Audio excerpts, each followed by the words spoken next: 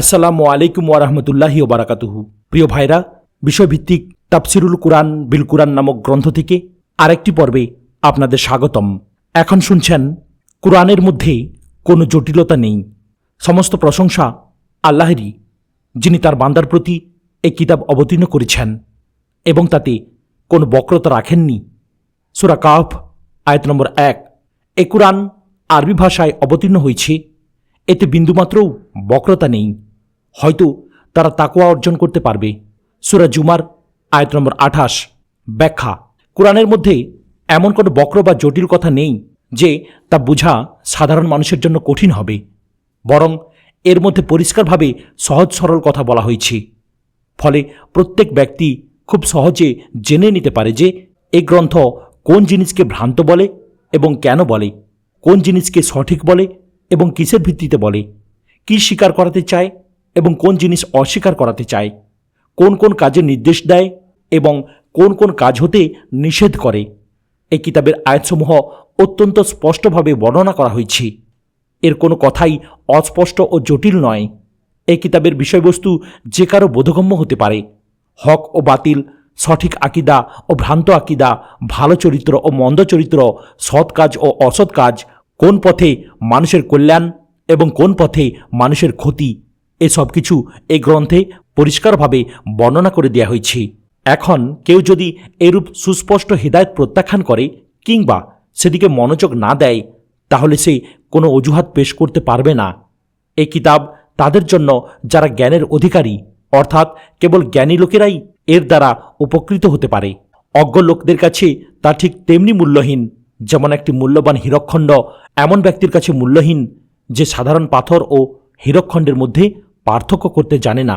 কুরআন অন্তরের রোগের শিফা। হে মানুষ, তোমাদের প্রতি তোমাদের প্রতিপালকের নিকট হতে এসেছে উপদেশ ও তোমাদের অন্তরে যা আছে তার আরোগ্য এবং মুমিনদের জন্য হেদায়েত ও রহমত। সূরা ইউনুস আয়াত নম্বর 57। বলো, মুমিনদের জন্য এটা পথ নির্দেশক ও ব্যাধির প্রতিকার। সূরা হামিম সাজদা আয়াত নম্বর 44।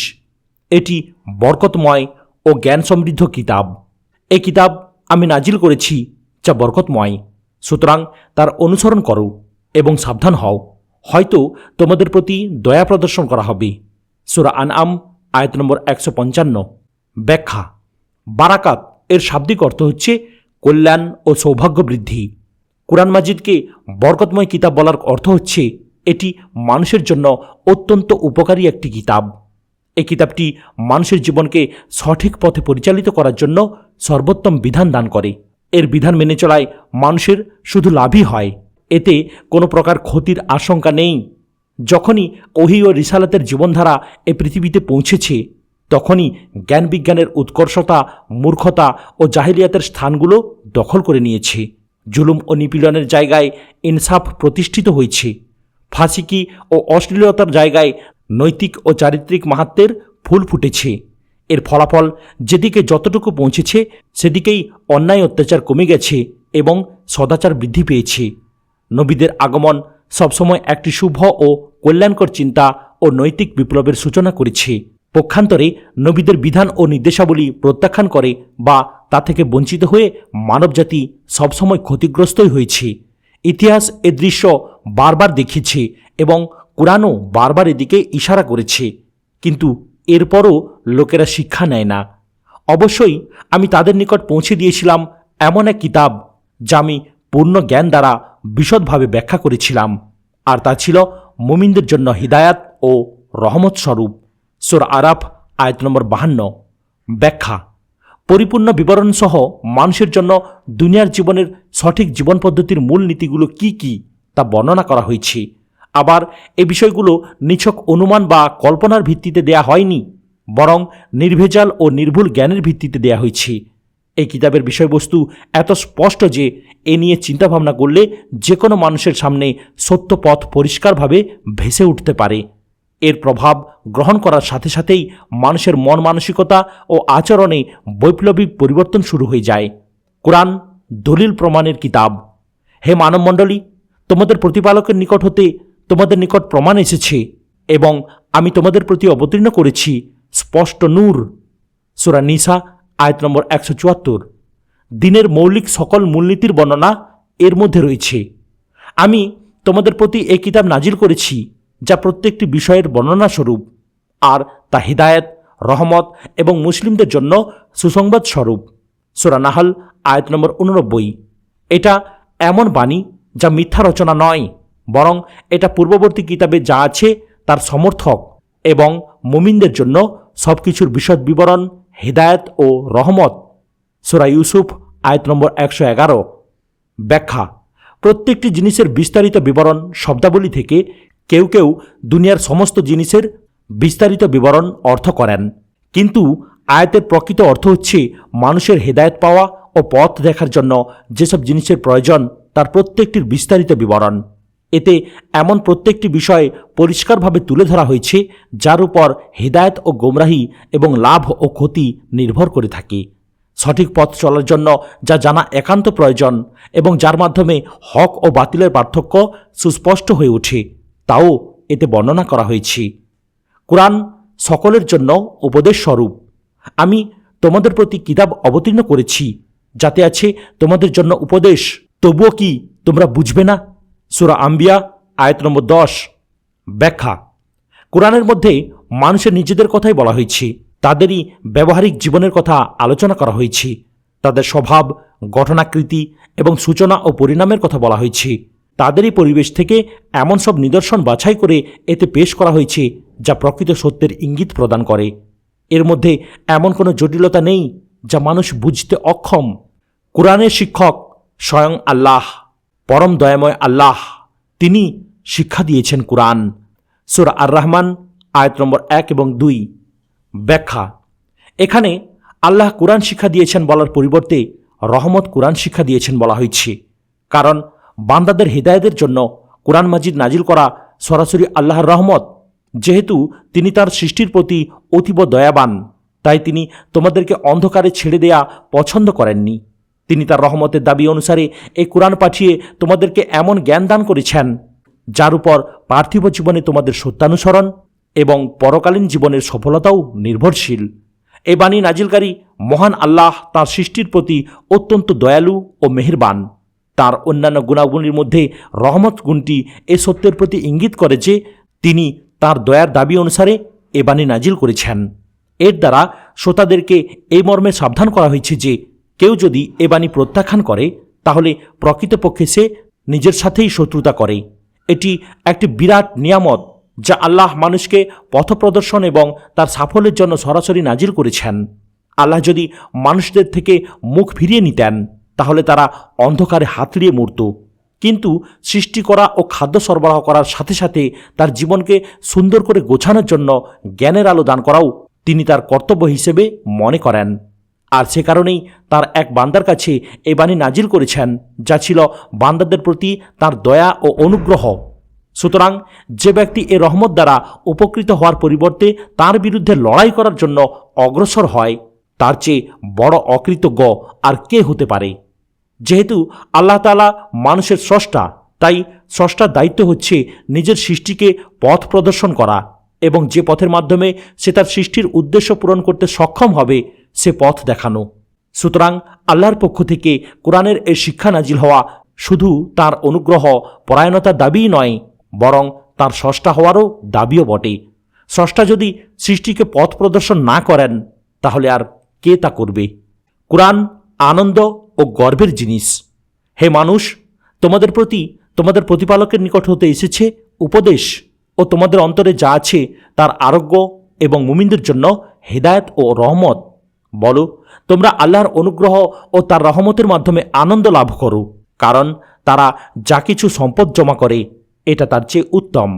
সূরা ইউনুস আয়াত নম্বর 57 এবং 58। দুনিয়ার প্রাচুর্যের চেয়ে কুরআনের জ্ঞান লাভের মূল্য অনেক বেশি। আমি তোমাকে বারবার পঠিত 7টি আয়াত অর্থাৎ সূরা ফাতিহা এবং মহাগ্রন্থ কুরআন দিয়েছি। সুতরাং আমি তাদের বিভিন্ন শ্রেণীকে ভোগবিলাসের যে উপকরণ দিয়েছি তার প্রতি তুমি কখনো তোমার চক্ষুদ্বয় প্রসারিত করো না এবং তাদের জন্য দুঃখও করো না, আর তুমি মুমিনদের জন্য তোমার বাহু অবনমিত করো। সূরা হিজর আয়াত নম্বর 87 এবং 88। ব্যাখ্যা: নবী করিম সাল্লাল্লাহু আলাইহি সাল্লাম কোরআনের জ্ঞানকে মোহরানা হিসেবে নির্ধারণ করেছিলেন। সাহল ইবনে সাদ রাদিয়াল্লাহু তাআলা আনহু থেকে বর্ণিত, তিনি বলেন, এক মহিলা নবী করিম সাল্লাল্লাহু আলাইহি সাল্লামের কাছে উপস্থিত হয়ে বলল যে সে নিজেকে আল্লাহ এবং রাসূলের জন্য উৎসর্গ করার সিদ্ধান্ত নিয়েছে। এ কথা শুনে নবী সাল্লাল্লাহু আলাইহি সাল্লাম বললেন, আমার কোনো মহিলার প্রয়োজন নেই। তখন এক সাহাবী নবী সাল্লাল্লাহু আলাইহি সাল্লামকে বললেন, তাকে আমার সাথে বিবাহ দিয়ে দিন। নবী সাল্লাল্লাহু আলাইহি সাল্লাম বললেন, তুমি তাকে মোহরানা স্বরূপ একটি কাপড় দাও। তিনি বললেন, তা আমার কাছে নেই। নবী সাল্লাল্লাহু আলাইহি সাল্লাম বললেন, তাহলে তাকে অন্তত একটি লোহার আংটি দাও। এবারও তিনি পূর্বের ন্যায় অপারগতা প্রকাশ করলেন। অতঃপর নবী সাল্লাল্লাহু আলাইহি সাল্লাম তাকে প্রশ্ন করলেন, তোমার কি কোরআনের কোনো অংশ মুখস্থ আছে? তিনি বললেন, কোরআনের অমুক অমুক অংশ আমার মুখস্থ আছে। তখন নবী সাল্লাল্লাহু আলাইহি সাল্লাম বললেন, যে পরিমাণ কোরআন তোমার মুখস্থ আছে এর বিনিময়ে তোমার সাথে এই মহিলার বিয়ে দিলাম। সহিহ বুখারী হাদিস নম্বর 5029। আল্লাহ যাকে ইচ্ছা তাকে হেকমত দান করেন, আর যাকে হেকমত দান করা হয় সে প্রচুর কল্যাণ লাভ করে। কিন্তু জ্ঞানী লোকেরা ব্যতীত অন্য কেউই উপদেশ গ্রহণ করে না। সূরা বাকারা আয়াত নম্বর 269। ব্যাখ্যা: হিকমত অর্থ হচ্ছে গভীর অন্তর্দৃষ্টি ও সঠিক সিদ্ধান্ত গ্রহণ করার শক্তি। এখানে এ কথা বলার উদ্দেশ্য হচ্ছে, হেকমতের সম্পদ যার কাছে থাকবে সে কখনো শয়তানের দেখানো পথে চলতে পারবে না, বরং সে আল্লাহর দেখানো প্রশস্ত পথ অবলম্বন করবে। শয়তানের সংকীর্ণ মনা অনুসারীদের দৃষ্টিতে নিজের ধন সম্পদ আঁকড়ে ধরে রাখা এবং সবসময় সম্পদ আহরণের নতুন নতুন কৌশল অবলম্বন করাই বুদ্ধিমত্তার পরিচয়। কিন্তু যারা আল্লাহর কাছ থেকে অন্তর্দৃষ্টি লাভ করেছে তাদের মতে এটা বুদ্ধিমত্তার পরিচায়ক নয়। তাদের মতে মানুষ যা কিছু উপার্জন করবে নিজের মাঝারি পর্যায়ের প্রয়োজন পূর্ণ করার পর সেগুলো প্রাণ খুলে সৎ কাজে ব্যয় করাটাই বুদ্ধিমানের কাজ। যে ব্যক্তি দুনিয়ার ক্ষুদ্রতম অংশের সমৃদ্ধি ও সচ্ছলতার বিনিময়ে বৃহত্তম ও সীমাহীন জীবনের অসচ্ছলতা ও দারিদ্রতা কিনে নেয় সে আসলে বোকা ছাড়া আর কিছুই নয়। যে ব্যক্তি এ সংক্ষিপ্ত জীবনকালের সুযোগ গ্রহণ করে সামান্য পুঁজির সহায়তায় নিজের ওই চিরন্তন জীবনের সমৃদ্ধির ব্যবস্থা করতে সক্ষম হয়েছে সেই প্রকৃত বুদ্ধিমান। অধ্যায় 20। কোরআন হেদায়েত লাভের উৎস। কোরআন সঠিক পথের সন্ধান দেয়। নিশ্চয়ই এই কোরআন সে পথের দিকে হিদায়ত করে যা খুবই সুদৃঢ়, আর এটি সৎকর্মপরায়ণ মুমিনদেরকে সুসংবাদ দেয় যে তাদের জন্য রয়েছে মহাপুরস্কার। সূরা বনী ইসরাইল আয়াত নম্বর 9। কোরআনের হিদায়তই প্রকৃত হিদায়ত। বলো, আল্লাহর প্রদর্শিত পথই সঠিক পথ। সুতরাং তোমার নিকট জ্ঞান আসার পরও যদি তুমি তাদের প্রবৃত্তির অনুসরণ করো তবে আল্লাহ হতে তোমার জন্য কোনো অভিভাবক ও সাহায্যকারী থাকবে না। সূরা বাকারা আয়াত নম্বর 120। এটাই আল্লাহর হেদায়েত। এর দ্বারা তিনি যাকে ইচ্ছা তাকে হেদায়েত দান করেন, আর আল্লাহ যাকে পথভ্রষ্ট করেন তার কোনো পথপ্রদর্শক নেই। সূরা জুমার আয়াত নম্বর 23। কোরআন শান্তির পথ দেখায়। আল্লাহর নিকট হতে এক জ্যোতি ও স্পষ্ট কিতাব তোমাদের নিকট এসেছে। যারা আল্লাহর সন্তুষ্টি লাভ করতে চায় এর দ্বারা তিনি তাদেরকে শান্তির পথে পরিচালিত করেন এবং তাদেরকে নিজ ইচ্ছায় অন্ধকার হতে বের করে আলোর দিকে নিয়ে আসেন, অতঃপর তাদেরকে সরল পথে পরিচালিত করেন। সূরা মাইদা আয়াত নম্বর 15 এবং 16। কোরআন হেদায়েতের নূর। এভাবেই আমি আমার নির্দেশে তোমার প্রতি ওহী করেছি রূহ অর্থাৎ কোরআন। তুমি তো জানতে না কিতাব কি এবং ঈমান কি। পক্ষান্তরে আমি একে করেছি আলো, যা দ্বারা আমি আমার বান্দাদের মধ্যে যাকে ইচ্ছা পথ প্রদর্শন করি। নিশ্চয়ই তুমি সরল পথের দিকেই পথ প্রদর্শন করে থাকো। সূরা শুরা আয়াত নম্বর 52।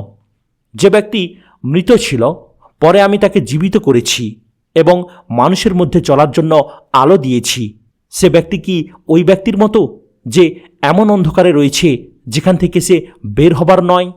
এভাবে কাফিরদের দৃষ্টিতে তাদের কৃতকর্ম শোভনীয় করে দেয়া হয়েছে। সূরা আনআম আয়াত নম্বর 122। ব্যাখ্যা: এখানে মৃত্যু বলা হয়েছে অজ্ঞতা, মূর্খতা ও চেতনাবিহীন অবস্থাকে, আর জীবন বলতে বোঝানো হয়েছে জ্ঞান, উপলব্ধি ও প্রকৃত সত্যকে চিনতে পারার অবস্থাকে। যে ব্যক্তির মধ্যে ভুল ও নির্ভুলের পার্থক্য বোধ নেই এবং যার সত্য ও সরল পথের স্বরূপ জানা নেই, জীবনবিজ্ঞানের দৃষ্টিতে সে জীবন সম্পন্ন হলেও প্রকৃত সত্যের বিচারে সে মৃত। সে অবশ্যই জীবন্ত প্রাণী, কিন্তু জীবন্ত মানুষ নয়। জীবন্ত মানুষ একমাত্র তাকেই বলা যাবে যে সত্য মিথ্যা, ভালো মন্দ, ন্যায় অন্যায় ও ভুল নির্ভুলের পার্থক্যের জ্ঞান রাখে। যে মানুষটি মানবিক চেতনা লাভ করেছে এবং জ্ঞানের উজ্জ্বল আলোয় বাঁকা পথগুলোর মধ্যে সোজা রাজপথটি দেখতে পাচ্ছে, তার ব্যাপারে কেমন করে আশা করা যেতে পারে যে সে এমন সব চেতনাবিহীন লোকদের মতো দুনিয়ার জীবনযাপন করবে যারা অজ্ঞতা ও মূর্খতার অন্ধকারে পথ হারা হয়ে ঘুরে বেড়াচ্ছে? কোরআনের পথ ছাড়া বাকি সকল পথ গোমরাহি। আমি তোমাদের প্রতি মানুষের জন্য সত্য সহকারে কিতাব অবতীর্ণ করেছি। সুতরাং যে হেদায়েত গ্রহণ করে সে তার নিজের জন্যই হেদায়েত গ্রহণ করে, এবং যে পথভ্রষ্ট হয় সে নিজের ধ্বংসের জন্যই পথভ্রষ্ট হয়। আর তুমি তাদের জিম্মাদার নও। সূরা জুমার আয়াত নম্বর 41। মুত্তাকিরাই কুরআন থেকে হিদায়ত পায়। এটা ওই গ্রন্থ যার মধ্যে কোনো সন্দেহ নেই, আর এটা মুত্তাকিদের জন্য হেদায়েত স্বরূপ। এরা অর্থাৎ মুত্তাকিগণ ওই সকল লোক যারা অদৃশ্য বিষয়গুলোর প্রতি বিশ্বাস স্থাপন করে, সালাত প্রতিষ্ঠা করে এবং আমি তাদেরকে যে জীবনোপকরণ দান করেছি তা হতে ব্যয় করে। আর তারা তোমার প্রতি যা অবতীর্ণ করা হয়েছে ও তোমার পূর্বে যা অবতীর্ণ করা হয়েছিল তার প্রতি এবং পরকালের প্রতি দৃঢ় বিশ্বাস স্থাপন করে। তারাই তাদের রবের পক্ষ হতে প্রাপ্ত হেদায়েতের উপর প্রতিষ্ঠিত রয়েছে এবং তারাই সফল কাম। সূরা বাকারা আয়াত নম্বর 2 থেকে 5। ব্যাখ্যা: কুরআন একটি হেদায়েত ও পথ নির্দেশনার গ্রন্থ, কিন্তু এ থেকে লাভবান হতে চাইলে মানুষের মধ্যে তাকওয়ার গুণ থাকতে হবে। তাকে মুত্তাকি বা আল্লাহভীরু হতে হবে। তার মধ্যে মন্দ থেকে নিষ্কৃতি পাওয়া ও আলোকে গ্রহণ করার আকাঙ্ক্ষা এবং এ আকাঙ্ক্ষাকে বাস্তবায়ন করার ইচ্ছা থাকতে হবে। মুত্তাকির প্রথম গুণ হচ্ছে গায়েব বা অদৃশ্যে বিশ্বাস। নবী সাল্লাল্লাহু আলাইহি ওয়াসাল্লাম অদৃশ্যের বিষয়ে যেসব সংবাদ দিয়েছেন তা অক্ষরে অক্ষরে মেনে নেয়াই হচ্ছে অদৃশ্যের প্রতি বিশ্বাস। যে ব্যক্তি এই সত্যগুলো মেনে নিতে প্রস্তুত হবে সেই কুরআনের হেদায়েত থেকে উপকৃত হতে পারবে। দ্বিতীয় গুণ হচ্ছে নামাজ কায়েম করা। যারা ঈমান আনার পর বসে থাকবে তারা কুরআন থেকে উপকৃত হতে পারবে না। এ থেকে উপকৃত হওয়ার জন্য একান্ত প্রয়োজন হচ্ছে ইসলামকে মেনে নেয়ার পরপরই আল্লাহর আনুগত্য করা ও ইসলামের বিধিবিধান বাস্তবায়ন করা। তৃতীয় গুণ হচ্ছে জাকাত আদায় করা। সংকীর্ণ মনা না হয়ে আল্লাহ ও তার বান্দার অধিকার আদায়কারী হওয়া। তার সম্পদে আল্লাহ ও তার বান্দার যে অধিকার রয়েছে তাকে তা আদায় করার জন্য প্রস্তুত থাকা। যে বিষয়ের উপর সে ঈমান এনেছে তার জন্য অর্থনৈতিক ত্যাগ স্বীকার করার ব্যাপারে ইতস্ততবোধ না করা। চতুর্থ গুণ হচ্ছে জাকাত আদায় করা। পঞ্চম গুণ হচ্ছে আসমানি কিতাবসমূহের উপর বিশ্বাস রাখা। ষষ্ঠ গুণ হচ্ছে আখিরাতের উপর ঈমান রাখা। এই বিষয়গুলো অস্বীকার করার তো দূরের কথা, এগুলো সম্পর্কে কারো মনে যদি সামান্যতম সন্দেহ থাকে তাহলে মানুষের জীবনের জন্য কুরআন যে পথ নির্দেশ দিয়েছে সে পথে তারা চলতে পারবে না। রিসালাতের এই কল্যাণধারা থেকে কেবলমাত্র সেসব লোক লাভবান হতে পারে যারা মূলত সৎ প্রবৃত্তির অধিকারী। অন্যদিকে দুষ্ট মনোবৃত্তির অধিকারী ও দুষ্কর্মশীল লোকেরা হচ্ছে এমন ধরনের অনুর্বর জমির মতো যা রহমতের বাড়ি বর্ষণে কোনো ক্রমেই লাভবান হয় না। অনুরূপভাবে রিসালাতের আবির্ভাবও তাদের কোনো উপকারে আসে না। অধ্যায় 21। কুরআনের বিধান সহজ। আল্লাহ কুরআনের বিধানকে সহজ করে দিয়েছেন। আল্লাহ তোমাদের জন্য সহজ করতে চান এবং তোমাদের জন্য কঠিন করতে চান না। সূরা বাকারা আয়াত নম্বর 185। আল্লাহ তোমাদেরকে কষ্ট দিতে চান না, বরং তিনি তোমাদেরকে পবিত্র করতে চান ও তোমাদের প্রতি তার অনুগ্রহ সম্পূর্ণ করতে চান যাতে করে তোমরা শুকরিয়া জ্ঞাপন করো। সূরা মায়দা আয়াত নম্বর 6। তিনি দিনের ব্যাপারে তোমাদের উপর কোনো কষ্ট রাখেননি। সূরা হজ আয়াত নম্বর 28। ব্যাখ্যা: আবু হুরায়রা রাদিয়াল্লাহু তাআলা আনহু হতে বর্ণিত, নবী করিম সাল্লাল্লাহু আলাইহি সাল্লাম বলেন, দিন খুব সহজ। কেউ দিনের ব্যাপারে কঠোরতা অবলম্বন করলে সে অবশ্যই পরাজিত হবে। সর্বদা মধ্যম পন্থা অবলম্বন করো, তার নৈকট্য লাভ করো এবং সুসংবাদ গ্রহণ করো। আর সকাল সন্ধ্যা ও শেষ রাতের আমল দ্বারা স্বীয় কাজে সাহায্য চাও। সহিহ বুখারী হাদিস নম্বর 39। সামর্থ্যের বাইরে আল্লাহ কাউকে কষ্ট দেন না। আল্লাহ কাউকে তার সামর্থ্যের বাইরে কিছু চাপিয়ে দেন না। সূরা বাকারা আয়াত নম্বর 286। আল্লাহ যাকে যে সামর্থ্য দিয়েছেন তার অতিরিক্ত বোঝা তিনি তার উপর চাপিয়ে দেন না। সূরা তালাক আয়াত নম্বর 7। ব্যাখ্যা: আল্লাহর কাছে মানুষের সামর্থ্যানুযায়ী তার দায়িত্ব বিবেচিত হয়। মানুষ যে কাজ করার ক্ষমতা রাখে না, অথচ আল্লাহ তাকে সে কাজটি না করার জন্য জিজ্ঞাসাবাদ করবেন, এমনটি কখনো হবে না। অথবা প্রকৃতপক্ষে যা থেকে দূরে থাকার সামর্থ্যই মানুষের ছিল না, সেক্ষেত্রে তাতে জড়িত হয়ে পড়ার জন্য আল্লাহর কাছে তাকে জবাবদিহি করতে হবে না। প্রকৃতপক্ষে কোন কাজে মানুষের সামর্থ্য আছে এবং কোন কাজে মানুষের সামর্থ্য নেই তা আল্লাহ নির্ধারণ করবেন। অতঃপর তিনি শাস্তি নির্ধারণ করবেন অথবা তাকে পুরস্কৃত করবেন। অধ্যায় 22। কোরআনের বিধান মানা বাধ্যতামূলক। কোরআনের বিধান পরিপূর্ণভাবে মানতে হবে। তোমরা কি গ্রন্থের কিছু অংশ বিশ্বাস করো আর কিছু অংশ অস্বীকার করো? তোমাদের মধ্যে যারা এরূপ করে তাদের পার্থিব জীবনে লাঞ্ছনা ব্যতীত কিছুই নেই, বরং কিয়ামত দিবসে তারা কঠোর শাস্তির দিকে প্রত্যাবর্তিত হবে। আর তোমরা যা করছ আল্লাহ সে বিষয়ে উদাসীন নন। সূরা বাকারা আয়াত নম্বর 85। ব্যাখ্যা: কোরআনের বিধান মানার জন্য নবী সাল্লাল্লাহু আলাইহি ওয়াসাল্লাম ওসিয়ত করে গেছেন। তালহা রাদিয়াল্লাহু তাআলা আনহু হতে বর্ণিত, তিনি বলেন, আমি আব্দুল্লাহ ইবনে আবি আওফ রাদিয়াল্লাহু তাআলা আনহুকে প্রশ্ন করলাম, নবী সাল্লাল্লাহু আলাইহি ওয়াসাল্লাম কি কোনো ওসিয়ত করে গেছেন? তিনি জবাব দিলেন, না। তখন আমি বললাম, যখন নবী সাল্লাল্লাহু আলাইহি ওয়াসাল্লাম কোনো ওসিয়ত করে যাননি, তখন তিনি মানুষের জন্য কি করে ওসিয়ত করা বাধ্যতামূলক করে গেছেন এবং তাদেরকে এই জন্য আদেশ দিয়েছেন? তখন তিনি উত্তর দিলেন, নবী সাল্লাল্লাহু আলাইহি ওয়াসাল্লাম আল্লাহর কিতাবের অনুসরণ করার জন্য ওসিয়ত করে গেছেন। যেহেতু নবীগণ কোনো ধনসম্পদ রেখে যান না, সেজন্য কোনো ওসিয়তও করে যান না। তারা শুধুমাত্র হেদায়েত রেখে যান এবং সে বিষয়ে ওসিয়ত করে যান। সে হিসেবে শেষ নবীও আল্লাহর কিতাব কোরআন রেখে গেছেন এবং এর অনুসরণের জন্য ওসিয়ত করে গেছেন। সহিহ বুখারী হাদিস নম্বর 5022। যারা কোরআনের বিধান মানবে তারা পথভ্রষ্ট হবে না। আমি বললাম, তোমরা সবাই এখান থেকে অর্থাৎ জান্নাত থেকে নিচে নেমে যাও, পরে আমার পক্ষ হতে তোমাদের নিকট হেদায়েত আসবে। অতঃপর যারা আমার সেই হিদায়েতের অনুসরণ করবে তাদের কোনো ভয় থাকবে না এবং তারা চিন্তিতও হবে না। সূরা বাকারা আয়াত নম্বর 38। পরে আমার পক্ষ হতে তোমাদের নিকট সৎপথের নির্দেশ আসলে যে আমার পথ অনুসরণ করবে সে বিপদগামী হবে না এবং দুঃখ কষ্টও পাবে না। সূরা তাহা আয়াত নম্বর 123। তাদের কোনো ভয় থাকবে না। হে বনি আদম, যদি তোমাদের মধ্য হতে কোনো রাসূল তোমাদের নিকট এসে আমার আয়াতসমূহ বর্ণনা করেন, তখন যারা সাবধান হবে এবং নিজেদেরকে সংশোধন করে নেবে তাদের কোনো ভয় থাকবে না এবং তারা দুঃখিতও হবে না। সূরা আরাফ আয়াত নম্বর 35। অধ্যায় 23। মানুষ কোরআন থেকে বিমুখ হয়ে আছে। অনেক মানুষ কোরআনকে ছেড়ে দিয়েছে। রাসূল বললেন, হে আমার প্রতিপালক, নিশ্চয়ই আমার সম্প্রদায় এই কোরআনকে পরিত্যাজ্য মনে করে। সূরা ফুরকান আয়াত নম্বর 30। ব্যাখ্যা: মাহজুর এর অর্থ হচ্ছে পরিত্যক্ত, অর্থাৎ তারা কোরআনের প্রতি দৃষ্টি দেওয়া যেতে পারে বলে মনেই করে না, তাকে গ্রহণ করে না এবং তার থেকে কোনোভাবে প্রভাবিতও হয় না। তারা একে প্রলাপ ও অর্থহীন বাক্য বলে মনে করে। কোরআন মানুষের পক্ষে বা বিপক্ষে প্রমাণস্বরূপ।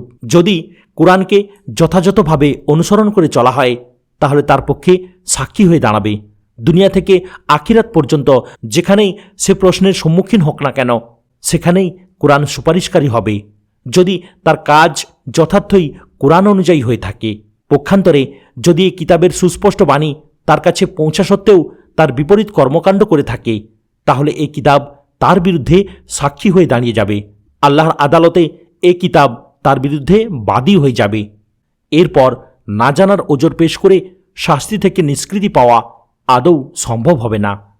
তারা কোরআন থেকে বিমুখ হয়ে আছে। আমার সঙ্গে যারা আছে তাদের জন্য এবং আমার পূর্ববর্তীদের জন্য এটা উপদেশ, কিন্তু তাদের অধিকাংশই প্রকৃত সত্য সম্পর্কে জানে না, ফলে তারা মুখ ফিরিয়ে নেয়। সূরা আম্বিয়া আয়াত নম্বর 24। দয়াময়ের নিকট হতে যখনই তাদের নিকট কোনো নতুন উপদেশ আসে তখনই তারা সেটা হতে মুখ ফিরিয়ে নেয়। সূরা শুআরা আয়াত নম্বর 5। তারা একে গুরুত্ব দেয় না। মানুষের হিসাব নিকাশের সময় আসন্ন, কিন্তু তারা উদাসীনতার দরুন মুখ ফিরিয়ে নিয়েছে। যখনই তাদের নিকট তাদের প্রতিপালকের কোনো নতুন উপদেশ আসে তখন তারা সেটা কৌতুক ছলে শ্রবণ করে আর তাদের অন্তর থাকে অমনোযোগী। সূরা আম্বিয়া আয়াত নম্বর 1 থেকে 3।